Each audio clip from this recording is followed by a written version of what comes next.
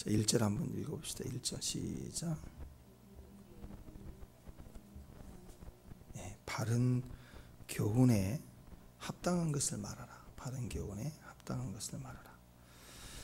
자, 그레데 교회 그 지역 섬 사람의 풍토와 이 배경 배후와 역사들을 보면 한마디로 이렇게 대적하고 부정적이고 폭력적이고 이 모든 것의 상황을 보면 시끄럽죠. 안팎이 시끄러운 겁니다. 부정스러울 때, 사람이 정직하지 못할 때, 하나님이 거룩한 은혜 속에 있지 못할 때는 자꾸 자기 주장이 나오게 돼 있죠. 핑계가 나오고 잘못을 해도 자기 핑계가 나오게 돼 있어요. 그래서 결과적으로는 자꾸 이렇게 불순종하고 또 이렇게 막 속이고 쓸데없는 말하고 교회 안에서도 시끄럽지만 생각해 보세요. 입만 열면 거짓말하는 사기꾼, 주변이 사기꾼이 조용한 거 봤냐? 그다음에 조폭 막 폭력적이 여기 깨부시고 막 때리고 짐승이라고 그랬잖아요. 얼마나 잔혹해요. 이런 사람들은 조용하지 않죠. 또 뭐가 있어요? 불량배들 배만 채우고 아무것도 안 하고 빌어먹고 뺏어서 훔쳐서 먹으려고 그 깡패 그런 배경 배후의 사람들이면 앞뒤가 내면으로도 교회 밖으로도 시끄러울 수밖에 없잖아요. 이걸 한마디로 쭉 보면은 어제 후반 내용 쭉 보면 전부 언어예요. 언어 불량한 언어에 대한 게 다 거짓말이라는 거, 진실되지 않는 것들.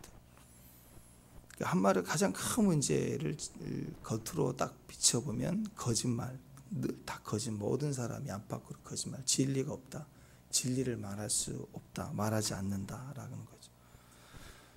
그러니까 결론적으로 진리를 말하는 것은 예수님 말하는 거고, 거짓말한다는 것은 사실에 대해서 맞다 안 맞다 얘기가 아니죠. 거짓말이라는 것은 자기를 말하는 거예요. 자기 생각, 내 뜻, 다 거짓으로 살고 있는 거예요. 진리를 말하는 사람은 나를 말하지 않죠. 예수를 말해요. 말씀대로 살아요. 그래서 우리가 커버되고 우리 약점, 우리 부족함을 넘어선 완전한 사랑에서부터 시작이 돼요. 구원받아야 되는 완전한 의와 완벽한 천국에서의 삶의 자격이 100%라면 누가 100%가 있겠어요, 이 땅에. 우리는 예수를 믿으면, 예수를 말하면 100으로부터 시작해요. 우리가 0.1이다 그러면 100.1부터 시작하는 거죠. 10이다 그러면 110부터 시작하는 거. 그래서 예수를 말하고 항상 주님으로 사는 거, 그게 진리를 말하고 살 때 우리 삶의 모습이 그렇게 된다는 거예요. 그러니까 세상 말은 아무리 옳은 것 같아도 그냥 두 사람이 싸우고 두 사람이 법정 소송을 해도 다 팩트 가지고 얘기하는 거 아니에요. 자기 입장에서 얘기하는 거 아니에요. 그죠? 한쪽에서는 저쪽이 거짓말이지만 자기 입장에서 남이 다 거짓말. 둘이 똑같아요. 그러니까 다 사실 갖고 싸우는 거죠. 한 사람은 환상 보고 싸우고 한 사람은 사실을 확인하면서 증거돼서 싸우나요? 둘 다 증거 자료 되고 싸우는 거 아니에요? 그러니까 여러분, 세상의 문제라는 건 딱 한마디 거짓말입니다. 진리가 없는 거. 다 자기 얘기라고 있는 거. 자기 얘기를 하면 다 거짓말하게 돼 있어요. 자기 입장에서 말하니까. 그러니까 법정 소송을 하면 다 자기 얘기를 하는데 결과 나오면 다 한쪽은 억울해. 거짓말하니까 한쪽은 억울한 거예요. 예를 들어서 9대1로 나왔다 그래도요, 속시원한 거 아니에요. 다 억울해요. 좀 더 받았어야 되는데. 그러고 있고 사건을 진 사람은 또 저도 억울하고, 이긴 사람은 이겼다고 힘든 게 아니라 100%가 아니라고 또 억울해하고 다 그래요.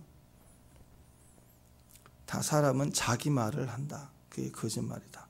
자, 그런데 이 문제를 해결하기 위해서 그럼 거짓말하지 말라. 거짓말하지 말라. 이렇게 지적하고 책망하는 것이 아닙니다. 하나님은 어떻게 하시느냐? 이 거짓말하지 말라 이렇게 가르치는 게 아니라 올바르고 진리죠, 진리. 바르고 옳은 것을 더 보여주고 더 그것에 집중하게 하고 더 옳은 것을 말하게 하는 거예요. 그러니까 나는 오늘 하루 종일 강아지 생각 안 해야지.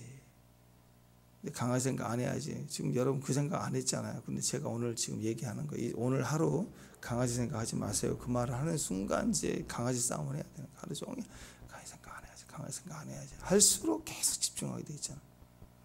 나라는 존재를 말할수록 거짓을 벗어날 수 없으니까 거의 매이게 돼 있어요. 언어가. 어떻게 해야 되느냐? 강아지 생각 안 하는 방법은 말씀 제일 레위기 한 장을 암송하기로 결정해 보세요. 하루 종일 그거 거의 머리가 암송 안 되네. 이렇게 까먹지 막 그거 고민하다가 하루 종일 강아지 생각할 틈이 없을걸요. 이거 다 암송하면. 예수님께 집중하는 거야. 지적하고 책망하는 게 아니라 더 바른 것, 옳은 것에 집중하고 진리를 말하기 시작하는 게 우리 안에 영적인 자유를 줍니다. 교회에 이런 이단의 공격이 있다면 그러면 이단 세미나를 하는 것보다는요 성경 세미나를 하는 게 훨씬 더 많습니다. 이단은 1, 이단은 2 이렇게 하는 것보다 진리를 계속 더 확인해 주고 말씀의 은혜를 받게 하는 것이 훨씬 더 바른 방법입니다. 그래서 1절에서도 바른 교훈에 합당한 것을 말하라.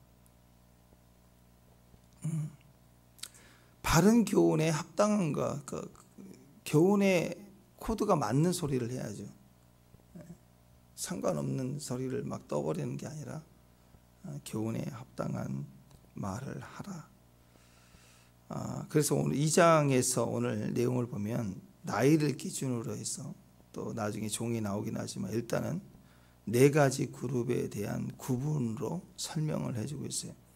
2절에 보니까 늙은 남자, 3절은 늙은 여자, 4절은 젊은 여자, 6절은 젊은 남자.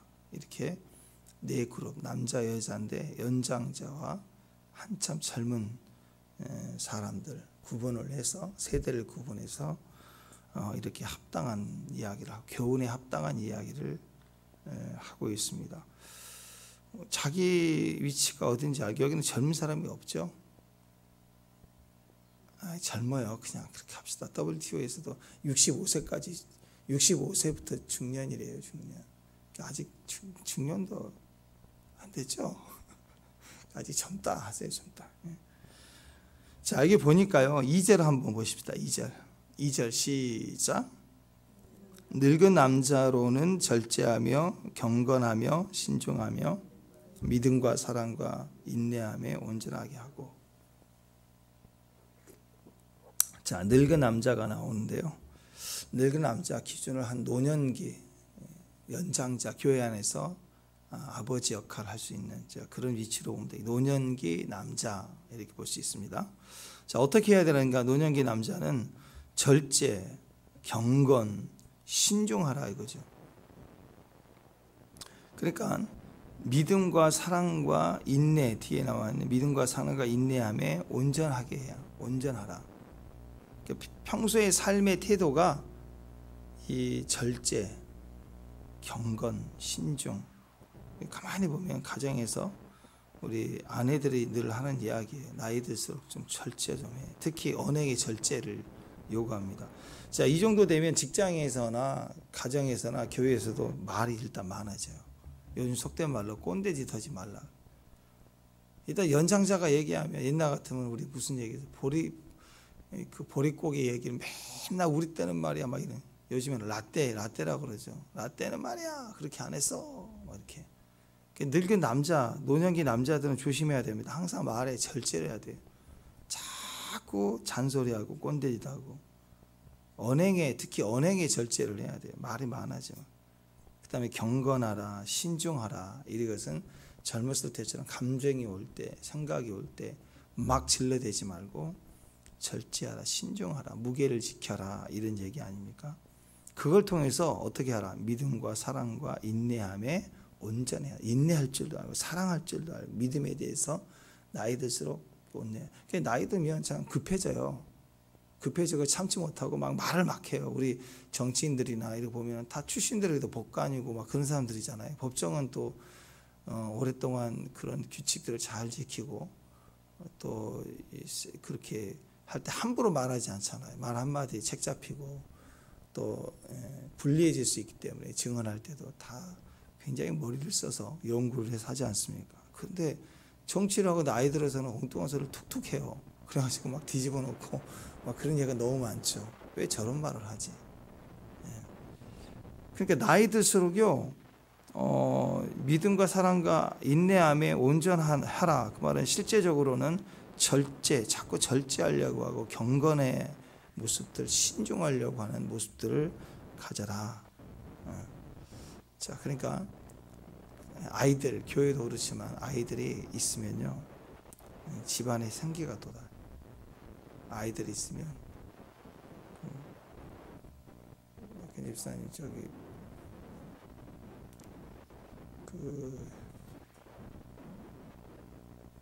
찬송가 20 몇 번인가 그거 눌러 꺼버려. 오케이. 자, 집안에 아이들이 있으면요 막 생기가 돌아. 애들 막 돌아다니고 막 그렇잖아요. 시끄럽긴 하지만 생기가 돌아요. 교회 안에도 막 애들이 돌아다니면 생기가 막 돋아요. 아이들이 있으면 밝아집니다. 분위기라는 게 있어요. 아이들 오면 분위기가 밝아져요.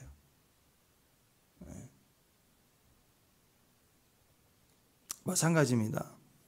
늙은 남자, 이 노년기 남자들이 모이면요, 원래는 안정감이 있어요. 연장자가 딱 오면 가정의 노년 위치, 할아버지, 아버지 이런 위치가 딱 들어오면 안정감을 가져요. 무게감이 있어야 돼요. 근데 앉자마자 자꾸 막 이상한 말을 하고 막 꼰대짓하고 막 지적하고 막 쓸데없는 간섭하고 절제하지 못하고 막 그러면 누가 좋아하겠어요? 공동체에 싫어하죠. 그러니까 가정의 규모는 아이들이 막 웃고 막 뒹굴고 막 그렇게 해야 그 분위기가 좋은 거고, 그때 아버지는 조용히 해야 돼. 조용히 해야 돼. 안정감을 줘야 돼. 일단 말을 절대 하지 말라는 소리가 아니라 안정감. 그래서 뭐 우스갯소리지만 사익감이 와가지고 첫 인사를 집안에 방문해가지고 사익에게 이제 장인이 물어보려고 자네 회사는 어디 다닌가 물어보려고 하면은 옆에서 아내가 가만히 있으라고 밥은 먹었는가 가만히 있어. 뭐 질문을 못하게 뭐 극단적인 얘기지만 왜 그렇게 했어요? 왜 아내가 세서 뭐 그럴 수도 있지만 이 양반이 입만 열면 자꾸 쓸데없는 소리를 자꾸 하니까 조용히 안 해. 조용히 가만히 있어. 그래서 절제를 시키는 그런 의미도 있을 거예요. 자, 그래서 왜 나에게 말을 못하게 하느냐? 뭐 쓸데없는 소리를 자꾸 하고 말만 하면 불편하게 하고 뒤집어 놓고 막 가볍고 그러니까 그런 거 아니에요. 그러니까 노년이라는 늙은 남자 교회 안에서의 위치는 장로의 위치와 같이 무게감이 있고 조용히 해결해주고 책임져주고 분위기에 어떤 힘을 줄 수 있는 그런 안정감이 좋다. 그래서 그 공간에 무게감이 생기는 사람을 말해요. 축복합니다. 우리 가정에서 우리 남편의 무게감이죠. 그래서 지금 이 성령께서 바울을 통해서 그레데 지역에 이 복잡하고 시끄럽고 교회 내 안에서도 권위가 없고 막 이런 그 대적자들이 많고 이럴 때 제일 필요한 게 뭐였어요? 디도를 통해서 장로들을 세우라 그랬죠. 바로 그거예요. 파수꾼의 의미도 있지만 무게감, 기준을 가진 아비들이 세워질 때 그 공동체의 싸구려 말들이 멈추게 되고 공경하고 있어요. 여기 나와 있는 믿음, 소망, 사랑을 보면은요, 마음속에 믿음, 소망, 사랑, 영적으로 믿음, 소망, 사랑 이게 우리 안에 있으면 이게 행동으로 반드시 나타난대요. 그래서 이걸 풀이해 줬어요. 그래서 데살로니가서 1장 3절에는 이렇게 믿음이 있다면 역사가 있대요. 믿음의 역사. 믿음이 있으면 행동이 역사가 있어요. 또 소망, 믿음, 소망, 사랑에서 소망은 수고, 소망은 인내, 소망의 인내, 그리스도에 대한 소망의 인내, 그리고 사랑의 수고. 사랑한다면 사랑한다고 말만 할 게 아니라 사랑한다면 수고한단 말이에요. 그러니까 사랑한다고 말하면서 수고하지 않아요. 이거 가짜 사랑이죠. 사랑하면 반드시 수고하게 돼 있어요. 소망이 있으면 끝까지 어려운데 인내하게 돼. 믿음이 있으면 역사가 일어나요. 막 움직임이 있고 성취가 되는 거예요. 그러니까 이 교회 안에서의 이 연장, 노년기 남자 그 역할은 그 공간에 무게감을 주는데 그게 그 깊은 그리스도의 은혜 속에 되어진 거기 때문에 절제하고 경건하고 신중하기 때문에 그 믿음의 역사가 나타나게 하고 소망의 인내를 주는 사람 그리고 사랑의 수고를 겸손하게 하는 사람. 지금도 하나님이 일하시잖아요. 그렇죠? 축복합니다. 그래서 이런 위치를 회복하라는 거죠. 교회 안에 제일 중요한 첫 번째는 머리죠. 중심이 되는 무게감을 회복하는 사람. 그래서 오늘 노년기 남자들 그 위치를 회복할 수 있도록 하라. 이게 전체 교회를 살리고 지역을 살리는 거예요. 정말 중요한 핵심이거든요. 이를 위해서 기도하고 우리가 믿음으로 써야 됩니다. 두 번째가 늙은 여자죠. 3절 노년기 여자는 어떤가 보십시다. 뭐 장로님 그랬으면 이제 권사님 뭐 그런 위치로 좀 보지 않겠어요? 자, 디도서 2장 3절입니다. 시작. 늙은 여자로는 이와 같이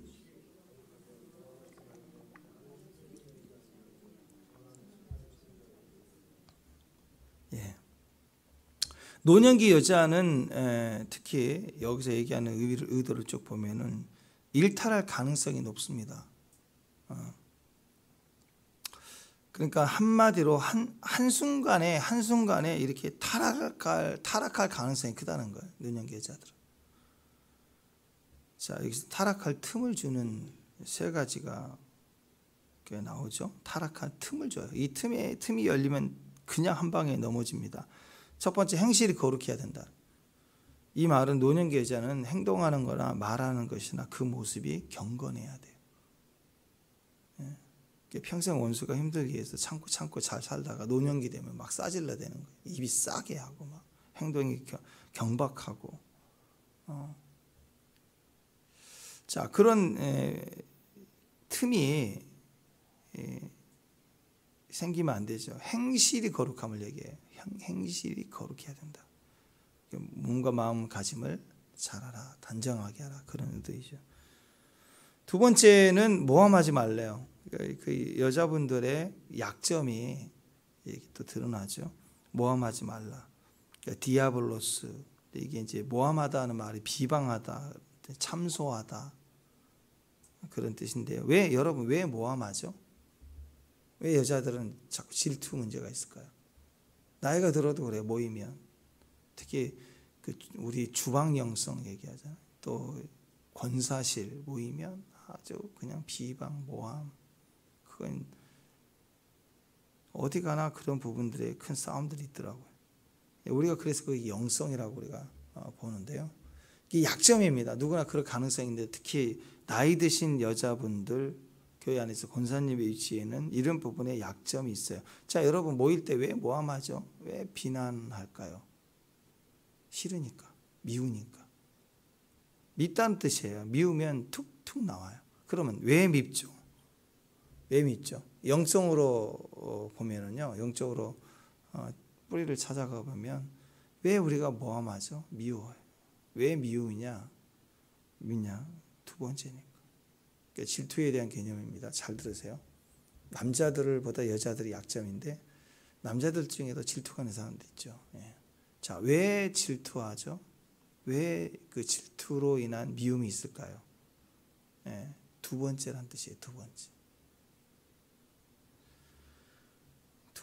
무슨 말인가? 에서가 야곱을 미워해요. 왜 그래요? 에서가 형인데 영적 주권이 어디가 있어요? 야곱에 흘러가는 거예요. 그러면 그걸 느끼는 순간부터 싫어해요. 미워해요. 그러면 나중에 질투하게 되고 더 심해지면 모함해요. 야곱도 하나님이 그를 사랑하였고 그를 둘째지만 우선권을 영적으로는 줬잖아요. 근데 삶의 현장에서는 장자권이 형에게 있어요. 그 말은 내가 세컨드로 두 번째라는 뜻이에요. 그러니까는 속임수를 쳐서라도 모함을 해서라도 뺏으려고 하죠. 그러니까 사람은요, 왜 미워하냐? 내가 두 번째라는 생각이 들 때 미워해요.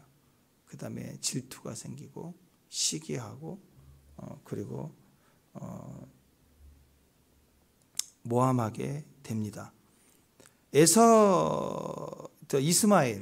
이스마엘이 희롱했죠. 이삭이 어린 걸 희롱한 걸 보고 쫓아내잖아요.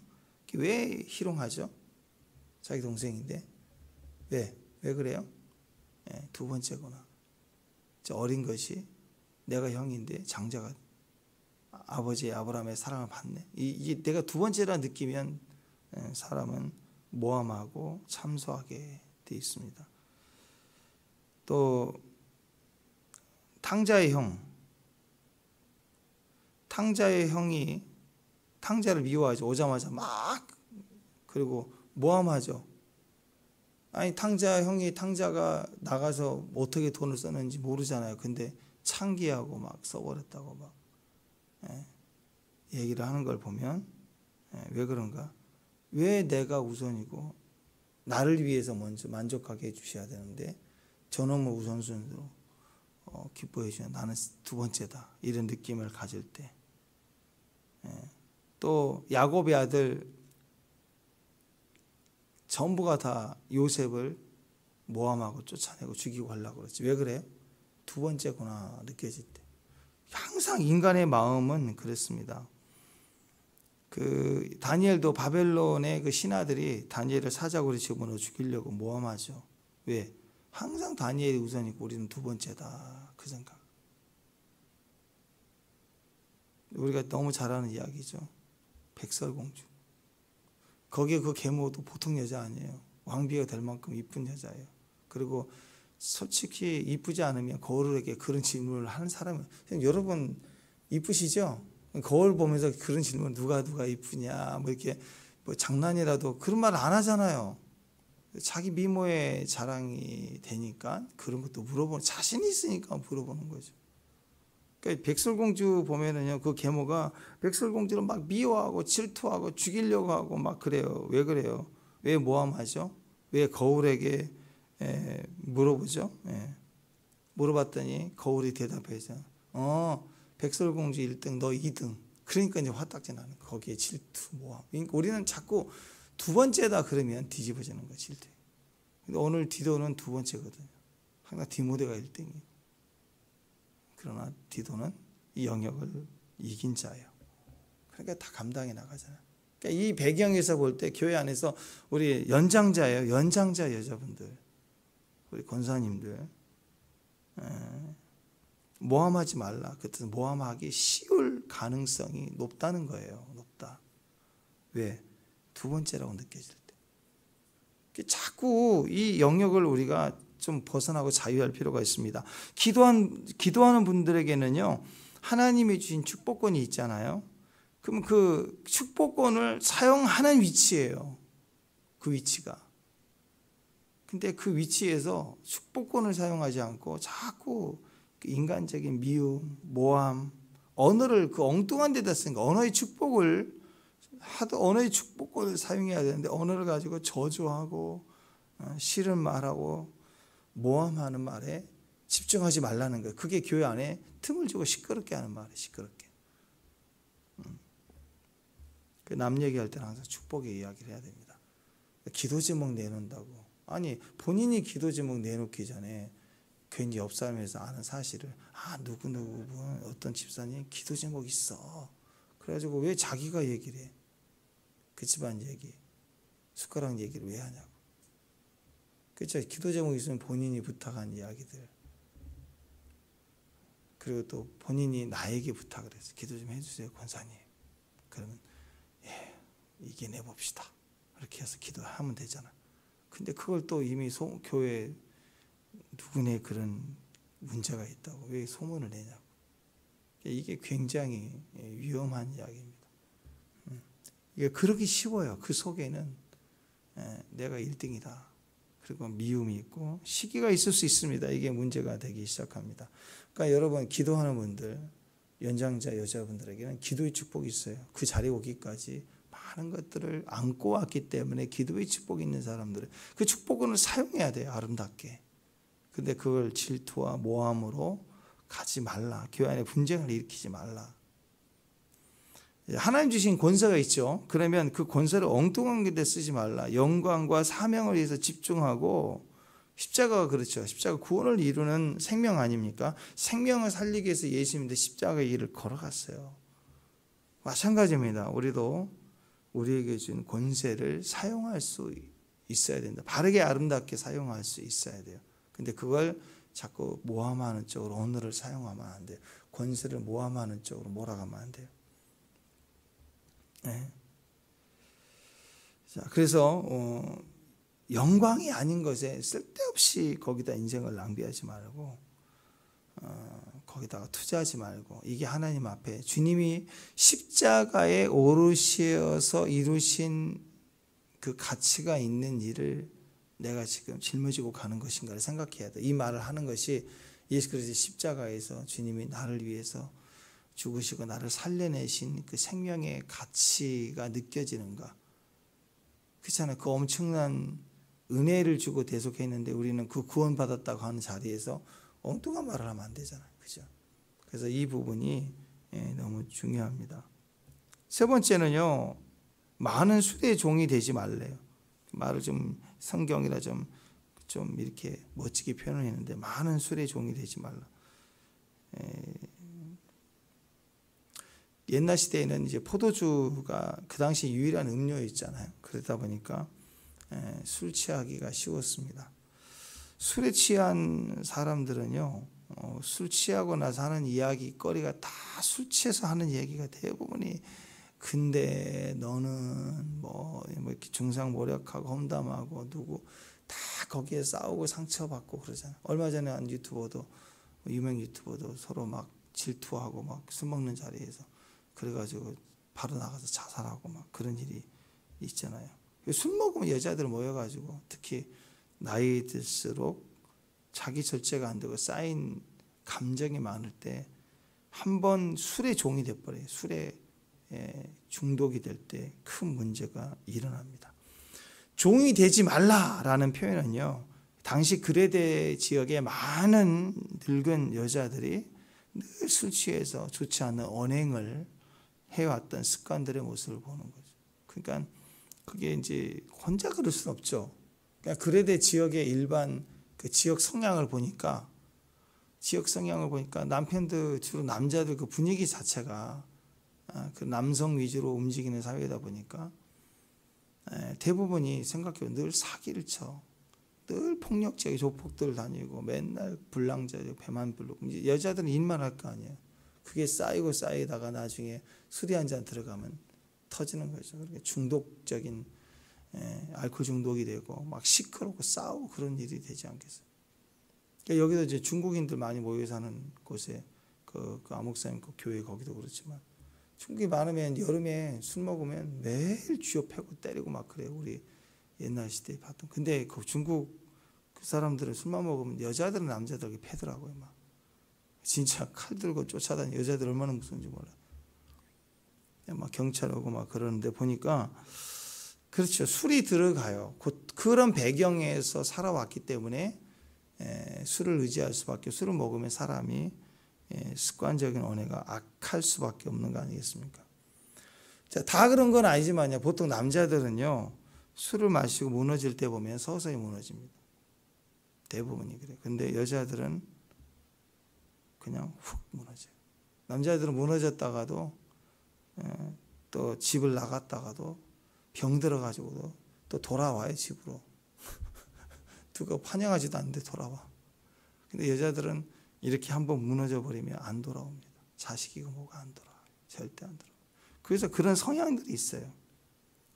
그래서 노년기 여자는 많은 술의 종, 사연, 아픔, 이것은 세상이 그 어떤 것으로도 못 갚아져요. 그러니까 내 나이가 어떠냐, 내가 그때 그 나이 돌아가서 그 고생했던 시간을 어떻게 보상받겠어요, 그 나이. 그러니까 술만 먹으면 20대, 30대, 40대 살아왔다는 것 때문에 막 울고 불고 터져 나오는 그런 배경에서 술에 의지하는 사람을 어떻게 그 과거의 그 내면의 이야기를 어떻게 풀어낼 거예요? 풀어낼 수가 없어요. 그러니까 어떻게 해야 되냐? 진짜 중독이 필요한 거예요. 예수 중독이. 진짜에 중독이 되면 가짜에게 할 의지가 없겠죠. 자유하기 시작하는. 내가 죽어버렸어요. 그리고 예수로 사는 사람이 됐어요. 성령이 우리 삶을 지배합니다. 그러니까 중독은 더 이상, 세상의 중독은 힘을 발휘할 수가 없는 거예요. 세상도 사라지고 정욕도 사라지고 표대 사명으로 막 달려가. 예수 중독이 걸리면 표대요. 맞아. 한 곳을 향하여 집중해서 달려가는 사람. 자, 이런 약점들을 이렇게 이길 때, 이 약점들을 우리가 보완하고 틈을 우리가 주지 않을 때, 그때 어떤 일들이 일어나는가, 이걸 이길 수 있는 집중해야 될 목표가 뭔가, 예수 중독으로 갈 수 있는 키가 뭐냐면 선한 것을 가르치는 자들이 되라. 자, 연장자, 장로님과 같은 연장자 남자들이 교회 안에서 안정감을 주는 그런 거룩한 축복이 있다면, 연장자 여자들은 교회 안에서 선한 것을 가르치는 축복이 있어요. 틀리죠? 남자들은 가르친다 그러면 맨날 라떼 얘기만 해요. 그러니까 가르치면 안 돼. 젊은 사람들은 가르치면 안 돼. 근데 여자분들은 달라요. 살아온 날들의 고난을 지금 겪고 있는 자들에게 가르칠 수 있는 능력이 있어요. 그걸 견뎌냈기 때문에. 그래서 예수에 중독됐기 때문에. 그래서 그 과정이 나는 둘째다 하는 과정을 다 이겨낸 사람은 오늘 디도처럼 남을 가르칠 수가 있는 거예요. 남을 세워줄 수가 있는 거예요.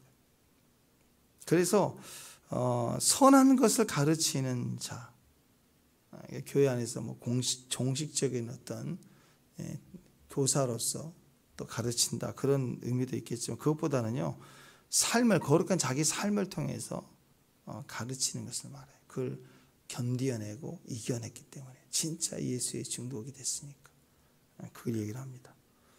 그래서 이제 세 번째로 나와 있는 게 4절에 보면 젊은 여자가 나오죠. 젊은 여자들은 교훈하되 그 남편과 자녀를 사랑하며. 자, 그랬는데 이 젊은 여자들을 가르치고 교훈하는 일은 방금 나와 있는 교회 안에 있는 늙은 여자, 곧 연장자, 우리 권사님들, 이런 분들이 누구를 가르칠 수 있느냐? 이 젊은 여자를 가르칠 수가 있어요. 왜냐하면 그 과정을 다 지나왔어요. 사막의 음침한 골짜기를 다 지나왔어요. 주께서 내 머리에 기름 부으셨으니를 다 알아요. 내 잔이 넘치나이다. 그래, 그 과정 지나면 넘치나이다. 그걸 알아. 그러니까 이런 부분들은 교회 안에서 우리 권사님들, 늙은 여자들 이렇게 표현했는데 아주 탁월한 예언적인 능력이 여기 있습니다. 남자들은요, 자꾸 이렇게 진실되게 막 특별하게 얘기하는 것 같아도 자꾸 맨날 뭘 얘기하냐, 군대 얘기하는 것 같아요. 내가 군대 때 막 이러고, 라떼 말이야, 나는 막 이쑤시개 하나 가지고도 북한 왔다 갔다 했어. 막 그리고 이런 얘기, 말도 안 되는 그 쓸데없는 얘기를 해요. 한번 생각해 보세요. 여러분 집에서 남편들 얘기하면 쓸데없는 얘기 많이 하죠. 남편들이 진지한 얘기를 해요. 오늘 막 무슨 일이 있었다. 뭐 가만히 들어보면 진짜 쓸데 맞지도 않는 얘기를 해요. 그냥 그런 식인 거예요. 뭐 설날 뭐 사유가 왔다고 합시다. 며느리가 왔다고 합시다. 그러면 이제 아버지처럼 다 앉아서 이제 덕담한다고 하는데 자꾸 군대 얘기 같은 얘기를 한다고요. 안 맞는다고, 가르친다고 할 때. 이따 뭐 가만히 무게감 있는 게 제일 좋아요. 가만히 있어라. 누가 가르쳐야 되느냐? 며느리에게, 자식에게. 실제적으로는 뭘 가르쳐야 되느냐? 여기 젊은 여자들을 가르칠 수 있는 사람, 늙은 여자들. 여기 나와요.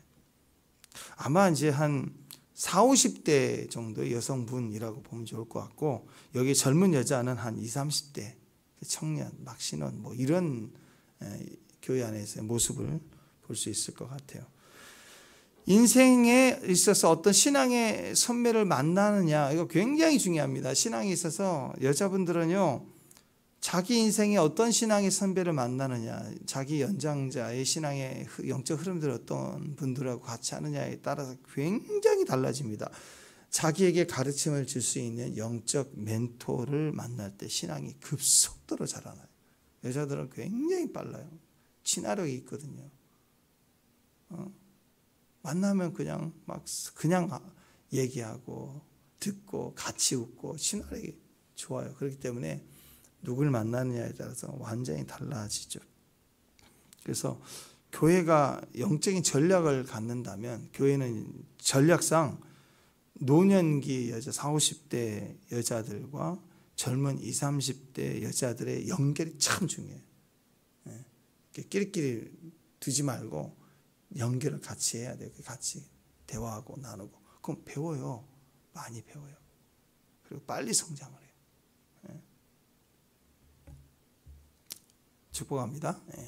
그리고 이제 또 네 번째 나오는 게 젊은 남자 6절, 7절, 8절 이와 같이 젊은 남자들을 신중하도록 권면하라 이렇게 나와 있는데 이 쭉 나와 있는 거예요. 범사에 뭐 선한 일을 본을 보이라, 뭐 열심히 움직이라, 단장하라. 참 이 한마디로 딱 보면 뭐냐, 야 중심 좀 잡고 살아라.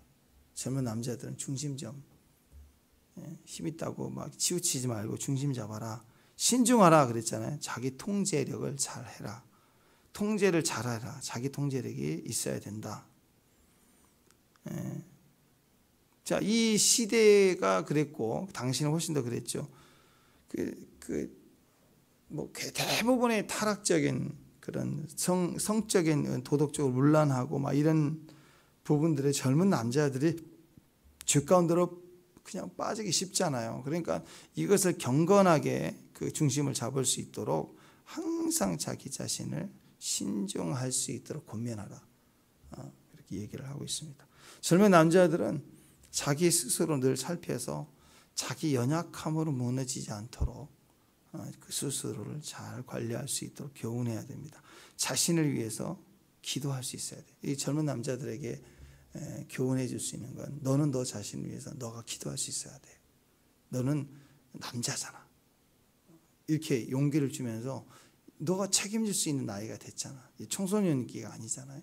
그러니까 주권을 가지고 앞에 나서서 여호수아 갈렙처럼 앞에 나가서 싸워야 될 위치잖아. 그러니까 너가 너 자신을 위해서 기도하라. 그래서 이때의 나이들 20, 30대 청년들에게 할 수 있는 일은 청년이여 기도하라. 이거 기도해야 자기 에너지 힘 그것을 절제를 할 수 있고 사명을 가질 수 있고 비전을 가져라. 기도하라. 이게 청년들에게 요구되는 힘이에요. 그래서 그 주신 힘을 가지고 사명을 이루는 데 집중하라.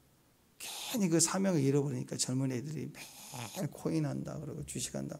우리 어렸을 때는 그런 생각 안 해요. 주식 망하고 주식에서 힘들었다는 사람들이 대부분 주부들 막 옛날에 그랬잖아요. 재테크한다고 하다가 망하고. 근데 요즘 주식을 하다가 누가 망하느냐. 젊은 애들이 주식에서 망해요. 코인 떨어지면요. 마포대교 앞에 경찰이 떠요. 청년들 떨어진다 그날. 이런 시대가 됐다고요. 그래서 젊은 애들은요. 사명을 가지고 꿈을 가지고 가야 돼. 예수의 사명, 예수 비전이 없어지면 세상에 쓸데없는 거기다가 집중하다가 거기다가 다 무너지고 흔들리고 정욕에 빠지고 혹시 그런 기회를 얻어서 돈을 좀 벌잖아요. 그게 타락의 길로 가요. 젊었을 때는. 그럴 가능성이 훨씬 높습니다. 그래서 젊은 사람들에게는 항상 스스로 살펴라. 그리고 자신을 위해서 네가 기도할 수 있어야 된다. 비전을 가지고 바라봐야 된다. 청년들에게는 자꾸 하나님께 붙들린 인생 되도록 중심 잡을 수 있도록 앞을 향하여 나아갈 수 있도록 교훈해 줘야 돼요. 자, 이런 기준에서 교회를 세워나가는 모습들을 봅니다. 이와 다 비슷한 이야기인데요. 우리의 약점, 우리가 무너질 수 있는 가능성, 그런 틈들이 있기 때문에 각자의 연령에 맞게끔 오늘 디도를 통해서 파수꾼을 세우고 마음을 세우라라고 얘기를 하고 있습니다. 우리 마음의 중심을 쫙 잡고 또 승리해 나갈 수 있는 그런 공동체가 되는 그 역할을 하는 우리 위치가 되시기를 주님의 이름으로 축원합니다. 기도합니다. 하나님 감사합니다. 무엇보다도 우리 언어의 축복을 받아서 우리 있는 자리에 무게감이 되고 또 가르치는 자가 되고 그리고 절제하고 자기 중심을 가져서 하나님 주시는 일에 흔들리지 않고 또 정욕에 빠지지 않고 그 사명을 다 이루어내는 비전의 사람, 그래서 한 공동체로 우리가 서로